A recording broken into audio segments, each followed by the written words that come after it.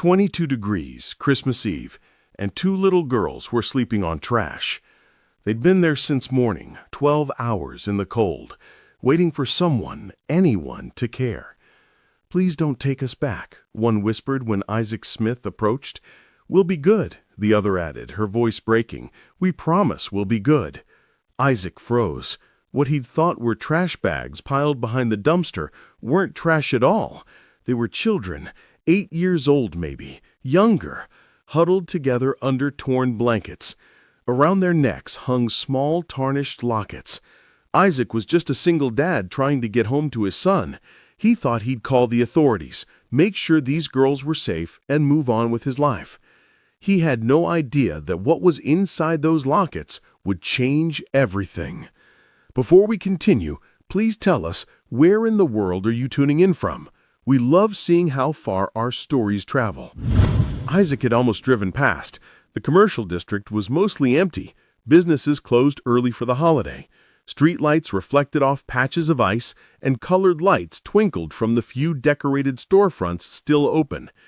He'd been thinking about his 6-year-old son, Aiden, waiting with their neighbor, Mrs. Veronica, probably bouncing off the walls with excitement about Christmas morning. But something made him slow down. That movement near the dumpster. His construction manager instincts kicked in. Was someone hurt? Did someone need help? He pulled over, put his truck in park, and approached slowly. That's when he saw them clearly. Two small figures pressed together for warmth. Long, curly brown hair tangled and matted with dirt. Faces pale from cold and fear. And around each of their necks, a small tarnished locket. "Hey," Isaac said softly now, kneeling a few feet away, careful not to frighten them further. "Are you okay? Where are your parents?" The girls stirred. One lifted her head, couldn't have been more than 8 years old, her eyes wide with a fear that made Isaac's chest tighten. But beneath the fear was something worse, resignation, as if she'd been waiting for this moment and already knew how it would end. That's when she'd whispered those words, "Please don't take us back." Isaac's heart broke at the fear in her voice. He kept his movements slow, his voice gentle. "I'm not going to take you anywhere you don't want to go, sweetheart. I just want to make sure you're okay. Can you tell me what's going on?" The other girl sat up now, instinctively positioning herself in front of her sister, like a tiny shield. "We don't have anywhere else to go." Her voice was stronger, but still shaking. Our stepdad said we were too much trouble. He left us here this morning and said we better not come home." What kind of monster abandons children on Christmas Eve, out here in the cold? Isaac swallowed hard, keeping his expression calm. "I'm Isaac. What are your names?" The protective one hesitated, studying his face like she was trying to decide if he was safe. Finally, she answered, "I'm Erica. This is Emma. We're twins." "Well, Erica and Emma, I have a son about your age at home. How about you come with me, just for tonight? It's warm and there's food, and tomorrow we'll figure everything out together. Does that sound okay?" Emma's eyes filled with tears. "You really mean it? We can come inside?" The question broke something in Isaac. These children had been left on trash, on Christmas Eve, and they were asking permission to come inside from the cold. Yes, absolutely. He stood slowly, offering his hands. "Come on, let's get you out of this cold." Erica grabbed Emma's hand first before reaching for Isaac's. Even accepting help, she was protecting her sister. Isaac filed that away. This little girl had been carrying weight no child should carry. In his truck, with the heat blasting, the girls huddled together in the back seat. Isaac caught glimpses of them in the rearview mirror. Emma kept touching her locket, her fingers trembling. Erica stared out the window, but never let go of her sister's hand.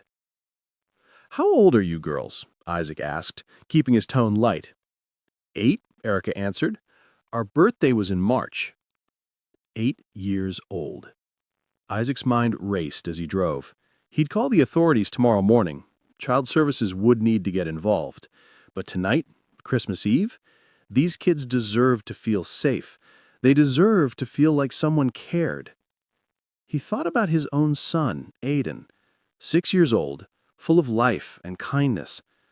His mother had walked out when he was barely 2, chasing dreams in Los Angeles and leaving nothing but divorce papers and silence. Isaac had spent 4 years building a life for just the two of them. He worked as a project manager for a construction firm, made decent money, had a nice house in suburban Ohio. It wasn't the life he had imagined once upon a time, but it was good. It was enough. Now, driving home with 2 terrified little girls in his back seat, Isaac felt that life was shifting beneath him. When Isaac walked through his front door with Erica and Emma in tow, Mrs. Veronica gasped. The older woman had been watching Aiden for the evening, and Isaac saw her take in the scene, 2 shivering children in dirty, thin clothes clinging to each other. "Oh, my word," Mrs. Veronica breathed. "Isaac, what—" "I found them behind the grocery store," Isaac said quietly, not wanting the girls to hear the full horror in his voice. "They need help. Can you grab some of your granddaughter's old clothes? I'm going to run them a warm bath." Mrs. Veronica didn't ask questions. She just nodded and hurried to the phone to call her daughter.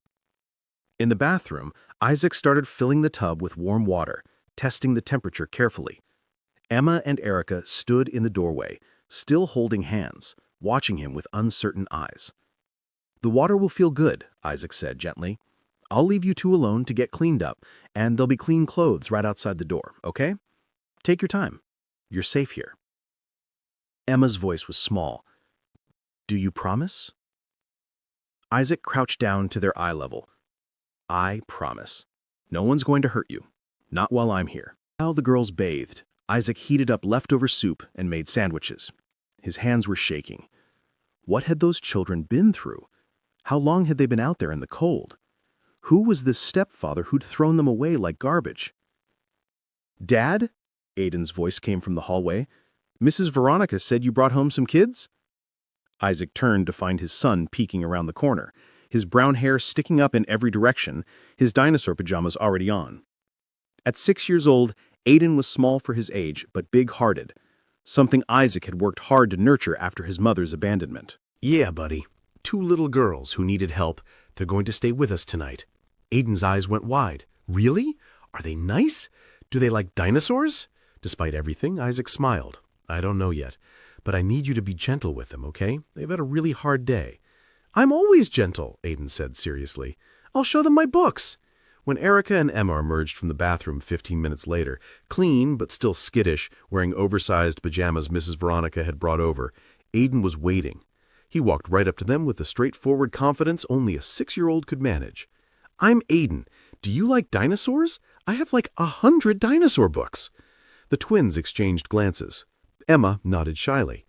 That was all the encouragement Aiden needed. Within minutes, he'd pulled them into the living room, sitting between them on the couch and explaining in great detail the difference between a triceratops and a stegosaurus. His enthusiasm was infectious, and Isaac watched as the girls began to relax, just a little. Emma even smiled when Aiden showed her his favorite T-Rex toy.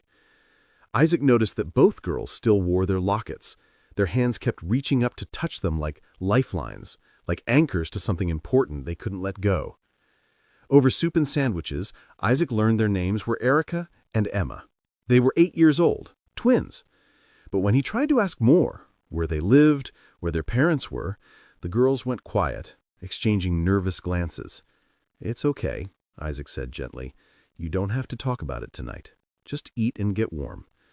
Emma's eyes filled with tears. "You're really letting us stay?" "Of course. It's Christmas Eve. Nobody should be alone on Christmas Eve." That night, Aiden insisted the girls sleep in his room. "They can have my bed," he said matter-of-factly. "I'll sleep on the floor with my sleeping bag. It'll be like camping." Isaac felt tears prick his eyes as he watched his son, this beautiful boy who'd been abandoned by his own mother, offering everything he had to 2 strangers because it was the right thing to do. As he tucked all 3 children into Aiden's room, Isaac made a silent promise. Whatever was happening here, he'd make sure these girls were protected. "Mr. Isaac?" Emma's voice was sleepy. "Thank you for bringing us inside." "You don't have to thank me, honey. Just sleep. You're safe now." But as Isaac closed the door and stood in the hallway, he knew tomorrow would bring complications. Social services, police, questions. The girls would probably be placed in foster care while authorities investigated. The thought of them being scared again, being moved to strangers, made his chest ache. But what else could he do? He was a single father with a full-time job. He barely managed with just Aiden. Still, those two little girls sleeping in there, they deserved better than what life had given them. Christmas morning brought unexpected magic. Isaac had managed to wrap some of Aiden's toys before dawn, a stuffed animal, a puzzle, some art supplies, and put them under the tree for Erica and Emma. When the girls woke and saw presents with their names on them, their reactions were pure wonder. "These are for us?" Emma whispered, as if she couldn't believe it. "Of course," Isaac said. "It's Christmas." Erica's eyes filled with tears. "But we didn't." "You don't need to do anything to deserve Christmas," Isaac said gently. "You just need to be here." The joy on their faces as they opened those simple gifts reminded Isaac why this holiday mattered. Aiden was thrilled to share, helping them unwrap things and explaining how each toy worked. By noon, the three children were inseparable. Over the next few days, as the girls began to relax into the safety of Isaac's home, small pieces of their story emerged. Emma flinched when Isaac reached for a plate too quickly. Erica asked permission before doing anything, even getting water. They both ate like they weren't sure when the next meal would come. Finally, one evening while Aiden was asleep, the twins broke down. They told Isaac everything. Their stepfather's name was Derek. He hadn't always been mean. At first, he'd seemed kind, taking care of them when their mom got sick. But then he started using something, they didn't know what, that made him angry and unpredictable. "He'd hit us when we made noise," Erica whispered, her voice barely audible. "Or when we asked for food." "Mom tried to stop him," Emma added, tears streaming down her face. "But she was so sick, she couldn't—" Isaac's hands clenched so tight his knuckles turned white, but he kept his voice gentle. "What happened to your mom, sweetheart?" "She got really sick. Derek said she had to go to the hospital, but we never saw her again. He said she didn't want us anymore." Isaac's chest tightened. These children had lost their mother and been abused, all in the span of months. "Then yesterday morning, Derek woke us up before it was light. He drove us to that dumpster and told us to get out. He said we were too much trouble, too expensive, too loud. He said if we came back, things would be much worse than sleeping in the cold," Emma finished, her voice breaking. They'd been there for almost 12 hours before Isaac found them. Isaac listened, his heart breaking with every word. When they finished, he knelt down to their level, looking both girls in the eyes. "Listen to me. What happened to you was wrong. None of it was your fault, and I promise you I won't let anyone hurt you again." "But where will we go?" Erica whispered, fear creeping back into her voice. "Foster homes are scary. The kids at school said—" "You're going to stay here," Isaac interrupted. "I'm going to apply to be your temporary foster parent. I'm going to take care of you while we figure everything out, okay? You're safe now, I promise." He had no logical reason to do this. He barely knew these girls. He was already stretched thin as a single father. But looking at their tear-stained faces, at the hope warring with fear in their eyes, Isaac knew he couldn't do anything else. They'd been through too much. If the least he could do was protect them, give them stability while the system worked, then that's what he'd do. The caseworker who visited after the holidays seemed surprised but supportive. Isaac's background check came back spotless. His home was more than suitable. And most importantly, Erica and Emma refused to leave his side, clinging to him whenever anyone suggested separating them. Within a week, Isaac was approved as their temporary foster parent. He also hired a private investigator, a guy he'd worked with on construction site security issues. Isaac wanted to understand everything: who their mother was, where this Derek had gone, what had really happened. He owed them that much. The next few weeks transformed Isaac's household. The girls began to heal, slowly shedding layers of fear. Aiden became their fierce little protector, always making sure they had enough to eat, sharing his toys without being asked, holding their hands when they seemed scared. One afternoon, Isaac found Emma teaching Aiden how to braid hair, all three of them giggling on the living room floor. Another evening, Erica helped him make dinner, carefully following his instructions, her face lighting up when he praised her chopping skills. They were becoming a family. The private investigator's report came back with disturbing details. The stepfather, Derek Rivers, had a history of substance abuse and multiple arrests. He'd apparently fled the state after abandoning the girls, probably knew what he'd done could land him in prison. Isaac immediately contacted the police with all the information the girls had shared about the abuse. Between their testimony, medical records showing old injuries that hadn't been reported, and the investigators' findings, there was more than enough evidence. Within 2 weeks, Derek Rivers was arrested in a neighboring state and charged with child abuse and abandonment. When Isaac told the girls, they cried. Not from sadness, but from relief. They were finally safe. He was finally gone. "He can't come back?" Emma asked, her voice small. "He can't come back," Isaac confirmed. "I won't let him near you, ever."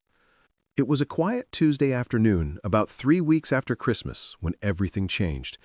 Isaac came home early from work to find Erica and Emma sitting on the floor of their shared room, both crying softly as they stared at the lockets around their necks. They held them open, gazing at whatever was inside with such longing that Isaac's chest tightened. "Hey, what's wrong?" he asked gently, kneeling beside them. Emma quickly tried to close her locket, but Isaac had already seen it. His blood ran cold. Inside was a photograph, a young woman with bright eyes and a radiant smile. A woman Isaac had loved more than anything in the world. A woman who'd vanished without explanation 9 years ago. Lisa Sampson. His hands trembled. "Can I see that?" Reluctantly, Emma handed him her locket. Erica did the same, watching his face with worried eyes. Inside each one was the same photograph, slightly different angles, but unmistakably the same image. The same woman who disappeared from Isaac's life, leaving him heartbroken and confused. "This woman," Isaac said, his voice barely above a whisper, "who is she?" "That's our mom," Erica said, tears streaming down her face. "We miss her so much.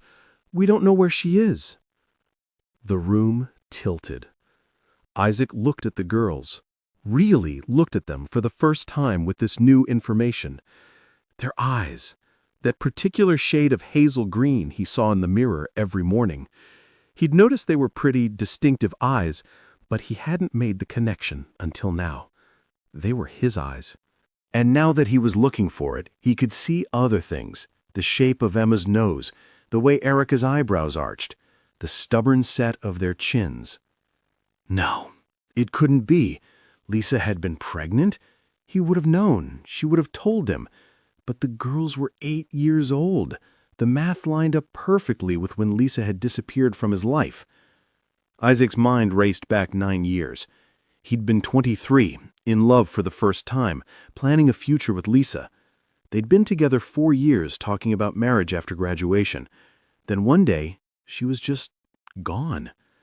His mother had been the one to tell him the truth, that Lisa had taken money she'd offered her, a substantial amount, and left to be with another man. Someone with better prospects, better family, better everything. His mother had always said Lisa wasn't good enough for him anyway. Isaac had been devastated. He tried to find Lisa, to hear it from her own mouth, but she had seemingly disappeared, changed her number, moved away. Eventually, heartbroken and exhausted, he'd stopped looking. He'd met someone else eventually, Aiden's mother, but that relationship had been a disaster from the start. She'd left when Aiden was 2, and Isaac had poured all his energy into being a good father.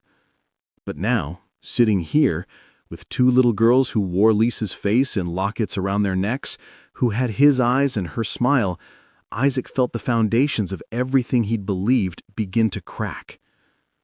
"Your mom," he managed to say, still trying to console them, as even his own world tilted.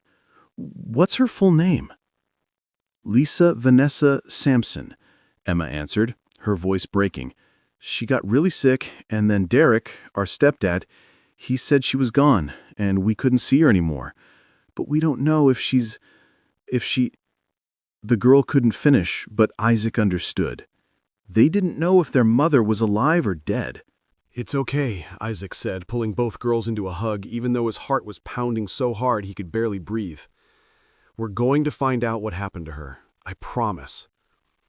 After he'd calmed them down and they'd gone to play with Aiden, Isaac sat alone in his room staring at the lockets. His mind wouldn't stop racing. The timeline matched. Lisa had disappeared 9 years ago. The girls were 8. If she'd been pregnant when she left? The resemblance was there now that he was looking for it. But he couldn't make assumptions. Couldn't let himself hope or rage until he knew for sure. The next morning, Isaac took the girls to a clinic for a DNA test, telling them that was just routine paperwork for the foster situation. They didn't need to know yet. Not until he was certain. The wait for the results was the longest 3 days of Isaac's life. He went through the motions, work, dinner, bedtime routines, but inside he was screaming with questions.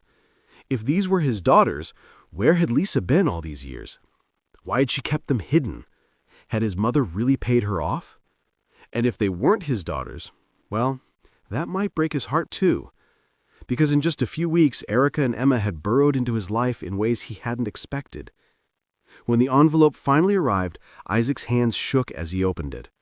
He read the same line 3 times before it finally sunk in. Probability of paternity, 99.99%. Isaac sat down heavily, the paper fluttering from his fingers. Erica and Emma were his daughters. His daughters. He had 2 8-year-old girls he'd never known existed, who'd been living with an abusive stepfather while he'd been completely unaware they were even born. Anger at Lisa, mixed with grief for lost years, confusion about why she'd kept her daughters hidden, and overwhelming love for these 2 little girls who'd somehow found their way back to him. The private investigator's next report answered some questions and raised others. Lisa Sampson had been hospitalized in Cleveland 3 weeks ago with a severe infection.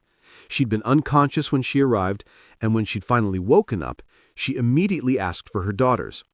She was currently in a rehabilitation facility recovering. She was alive. Lisa was alive. Isaac made the call before he could second-guess himself.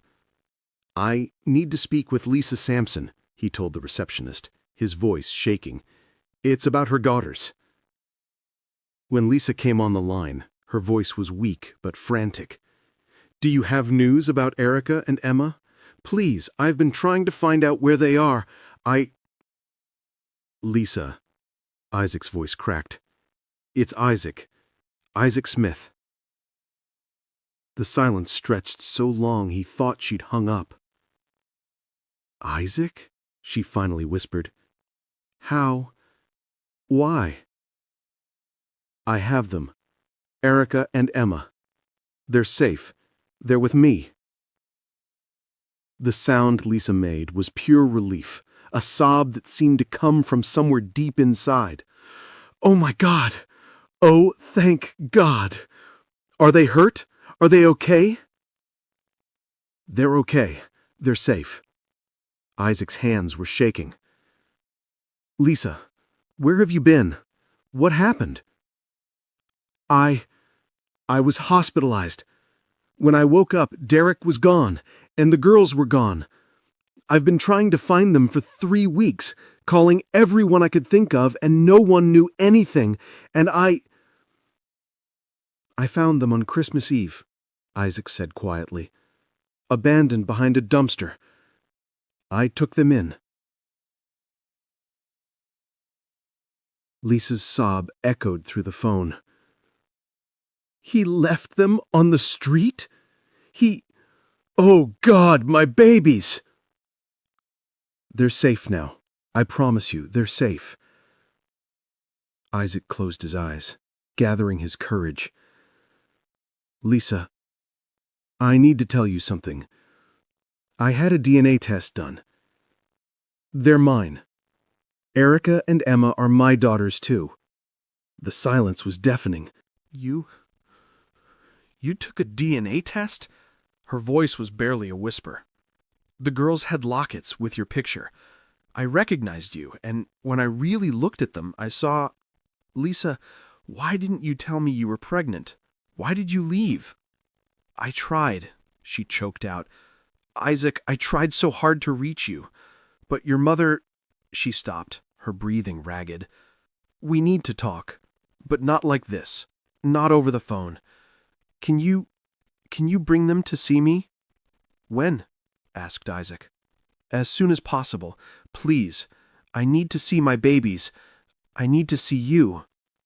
2 days later, Isaac brought Erica and Emma to the rehabilitation facility. He'd sat them down the night before and told them the truth, that he was their biological father, that their mother was alive and recovering, that everything was going to change now. The girls had been quiet, processing. Erica had cried. Emma had asked if this meant they had to leave Aiden. Isaac had assured them that no matter what, they were all family now, that Aiden was their brother in every way that mattered. The reunion between Lisa and the girls was everything Isaac had hoped for. The moment the twins saw their mother, they ran. Lisa dropped to her knees, arms wide, and caught them both. The three of them collapsed into a heap of tears and I love yous and I'm sorries. I thought you left us, Emma sobbed into her mother's shoulder. Never, Lisa said fiercely, kissing both their heads. I would never leave you. I've been looking for you. I never stopped looking. Derek said you didn't want us anymore. That was a lie. The biggest lie anyone's ever told. Lisa pulled back to look at their faces, her hands cupping their cheeks. I love you. I have always loved you. You are everything to me. The twins clung to their mother like she might disappear again, and Lisa held them like she'd never let go. Isaac stepped back, giving them space, his throat tight with emotion. Lisa looked different, older, thinner, marked by years of struggle, but her eyes held the same warmth he remembered. After nearly an hour, the girls finally relaxed enough to fall asleep, curled up on either side of their mother in the hospital bed. Lisa stroked their hair gently, tears still streaming down her face. Thank you, she whispered to Isaac. Thank you for saving them. Thank you for keeping them safe. Isaac pulled a chair closer, sitting beside the bed. Tell me what happened. All of it. Lisa took a shaky breath and began. 9 years ago, when she discovered she was pregnant with twins, she'd been terrified but excited. She'd planned to tell Isaac the day after she took the test, but his mother had found out first. She came to my apartment, Lisa said quietly, her eyes distant. She said she knew about the pregnancy, said I was trying to trap you, ruin your future. She offered me money to leave, a lot of money, but I refused. Isaac's jaw clenched, but he stayed silent, letting her continue. That's when she got cruel. She said if I didn't disappear, she'd destroy my family, get my father fired from his job. She had connections at his company. Make sure I was branded a gold digger all over town, ruin any chance I had at a decent future. Lisa's voice broke. I was 22 years old, pregnant with twins, and terrified. So I left. But you tried to contact me, Isaac said, remembering what she'd said on the phone. I sent letters to your apartment, your school, everywhere I could think of. I called your phone dozens of times. Nothing went through. Lisa wiped her eyes. I didn't know then that your mother was intercepting everything. I thought maybe you'd found out about the pregnancy and agreed with her, that you didn't want me or the babies. Isaac reached out and took her hand. I never knew. I swear to you, I never knew. I know that now, but back then I was alone and pregnant and scared. I moved to Cleveland, worked 2 jobs, had the twins. It was hard, but we managed. What about Derek? Isaac asked, his voice tight. I met him when the girls were 5. He seemed kind at first, helped me when I got sick. Lisa's expression darkened. But after we got married, he changed, started using drugs, became violent. I tried to protect the girls, but I was so sick and he was so strong. She explained her hospitalization, a severe infection that had left her unconscious for days. When she'd woken up, Derek was gone. The girls were gone. and no one would tell her where they were. "I've been trying to find them for 3 weeks," Lisa said, her voice breaking. "Every day thinking about them out there scared and alone, and I couldn't—" "They're safe now," Isaac said firmly, "and Derek's in custody. He's facing charges for child abuse and abandonment. He's not going to hurt any of you again." Lisa closed her eyes, fresh tears spilling over. "How did this happen? How did you find them?" "Christmas Eve. I was driving home and saw movement near a dumpster. I thought it was trash until—" Isaac's voice caught. "Until I realized it was 2 little girls sleeping in the cold." "And you just took them in? You didn't even know they were yours?" "They were children who needed help," Isaac said simply. That was enough. Lisa looked at him, really looked at him, for the first time since he'd arrived. "You became exactly who I always knew you'd be. A good man. A good father. I lost 9 years with my daughters because of my mother's lies. But we're here now, all of us, and we're not going to waste any more time." Lisa squeezed his hand, hope and fear mingling in her eyes. "What happens now?" "Now we heal, all of us, together." The next months were a journey of adjustment and growth. Lisa went through rehabilitation with fierce determination, attending therapy to process years of trauma and abuse. She divorced Derek officially, and he eventually pled guilty to all charges against him, facing years in prison. Isaac maintained custody of the girls while Lisa recovered, but she visited constantly. The girls were confused at first, struggling to understand how Isaac could be their father when they'd just been getting used to him as their foster parent. They were polite, but distant, still calling him Mr. Isaac even after learning the truth. It hurt, but Isaac understood. He couldn't force a relationship. He could only show up, day after day, and love them. What surprised everyone was how naturally Lisa and Aiden bonded. The first time she visited after getting out of the hospital, Aiden had shyly shown him his room, his toys, his drawings. By her third visit, he was climbing into her lap for stories. One evening, Isaac found them in the kitchen together, Lisa teaching all 3 children to make cookies. Aiden stood beside her, his small hand in hers, looking up at her with absolute trust. "Mom says we have to add chocolate chips," he said naturally, and then froze, his eyes wide. "I mean, Miss Lisa, I'm sorry." Lisa knelt down immediately, cupping his face gently. "Aiden, sweetheart, you can call me whatever feels right to you. If Mom feels right, then that's perfect." "Really?" Aiden's voice was small, hopeful. "Because my real mom left me, and I always wanted— Is it okay?" "It's more than okay, because you're part of this family too. You're their brother, which makes me your son too, if you'll have me." Aiden hugged her so tightly that Isaac had to turn away, overwhelmed. Erica and Emma watched this exchange with wide eyes. Later that night, Erica approached Isaac in the kitchen. Erica approposed Isaac in the kitchen. Aiden calls her mom. Isaac looked at his daughter, still so new and miraculous. He does. But she's not his real mom. His real mom left him. "That's true," Isaac said carefully, "but Lisa chose him. She chose to love him and be there for him. Sometimes the people who choose to be your family are just as real as the ones you're born to." Erica was quiet for a long moment. "You chose us too, before you even knew we were yours." Isaac's throat tightened. "I did, and I'd choose you again every single time." Spring arrived with unexpected warmth. Lisa had been cleared by her doctors and had moved into a small apartment nearby, but most evenings found her at Isaac's house, helping with homework, cooking dinner, and reading bedtime stories. One Saturday in May, they all went to the park together. It was one of the first truly warm days of the year, and the kids were running wild, climbing on playground equipment and shrieking with laughter. Aiden was showing the girls how to pump their legs on the swings, when suddenly Emma lost her grip. She fell hard, scraping her knee badly enough that blood immediately welled up. She started crying, and both Isaac and Lisa rushed over. But before either adult could reach her, Erica and Aiden were already there.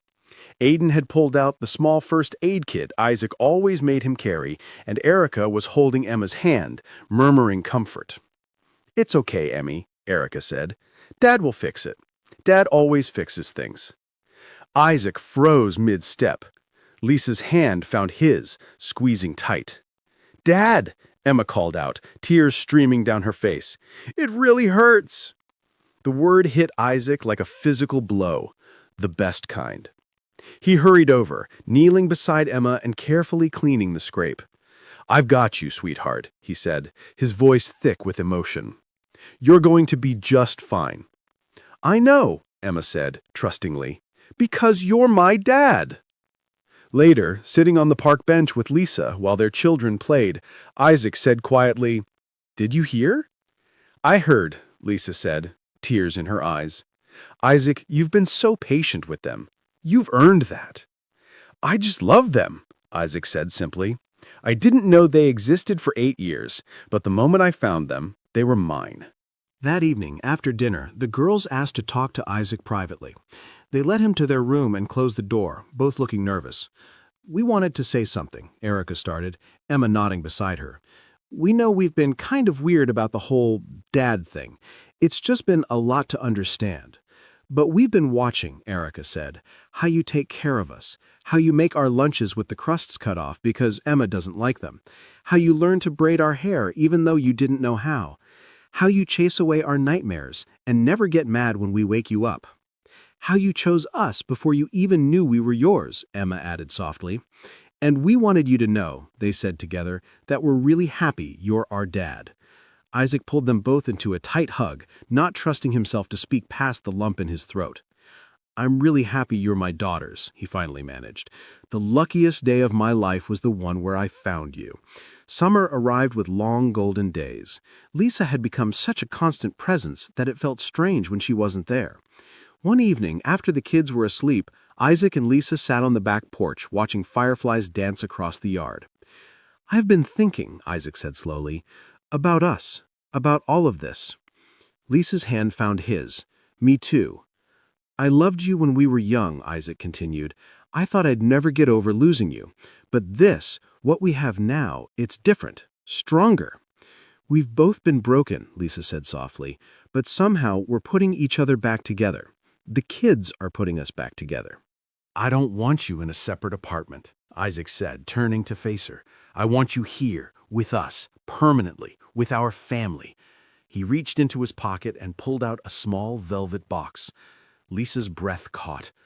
"I'm not saying we rush into anything complicated, but Lisa, I don't want to waste any more time. I want to build a life with you. I want our kids to have both of us, together, every day." He opened the box, revealing a simple but beautiful ring. "Lisa Sampson, will you marry me? Will you let me spend the rest of my life making up for the years we lost?" Lisa was crying and nodding before he finished. "Yes, yes, Isaac, 1,000 times yes." He slipped the ring on her finger and kissed her, both of them laughing through their tears. They called the children inside, and when Isaac told them the news, Aiden let out a whoop of joy. "Does this mean we're all staying together forever?" "Forever and ever," Lisa confirmed. Erica and Emma looked at each other, then broke into the biggest smiles Isaac had ever seen. "We're going to be a real family?" Emma asked softly. "We're already a real family, sweetheart. But yes, officially too." The wedding was small and intimate, held in October in the same park where Emma had first called Isaac Dad. The autumn leaves painted everything in shades of gold and crimson. Aiden walked down the aisle first, carrying the rings with such serious concentration that several guests had to stifle laughs. Erica and Emma followed, scattering rose petals and matching blue dresses, their curly brown hair adorned with tiny white flowers. Then Lisa appeared, radiant in a simple ivory dress, and Isaac felt his breath catch. This woman who'd been lost, who'd been found, who'd fought through so much to get here. Their vows were simple but powerful. "Lisa," Isaac said, his voice steady despite the emotion, "you gave me the greatest gifts. Not once, but twice. First with Erica and Emma, and then by accepting Aiden as your own. You took our broken pieces and made us whole. I promise to spend every day being worthy of the trust you've placed in me. I choose you today, tomorrow, and always." Lisa squeezed his hands, tears streaming. "Isaac, you found our daughters when they needed you most, and you loved them before you even knew they were yours. You gave me a second chance at the life I thought I'd lost forever. You showed me that family isn't just about blood. It's about who shows up, who stays, who chooses love even when it's hard. Thank you for finding us. Thank you for bringing us home." When they kissed, the kids erupted in cheers. Then Isaac and Lisa opened their arms, and suddenly it was a group hug, all 5 of them wrapped together. "We're family," Erica whispered. "Forever," Emma added. "The best family in the whole world," Aiden declared. This is what real family looks like. Choosing to love, choosing to stay. At the reception, as the sun began to set, painting the sky in brilliant oranges and pinks, the 5 of them posed for a family photo, Isaac and Lisa in the center, Aiden, Erica, and Emma arranged around them, all of them smiling so hard their faces hurt. Later, walking to the car, Aiden between his parents holding both their hands, the twins walking ahead and looking back every few steps to make sure everyone was still there, Isaac felt a peace he'd never known before. They had been 5 separate, hurting people. Now they were one family, whole, complete, and together. That, Isaac thought, as he squeezed Lisa's hand and watched their 3 children pile into the car still chattering excitedly, was the greatest Christmas miracle of all. Not just that he'd found 2 little girls sleeping on trash on Christmas Eve, but in saving them, he'd found everything he'd ever needed. His daughters, his love, his family, and finally, after years of searching, his home. If this story touched your heart the way it touched mine, please don't let it end here. Let it remind you, kindness still matters, compassion still changes lives, and hope is never wasted. Subscribe and be part of our Soul Lift Stories family, where every story lifts the spirit and reminds us that light always finds its way back. And if this moment moved you, share it. Because sometimes sharing hope is the kindest thing we can do.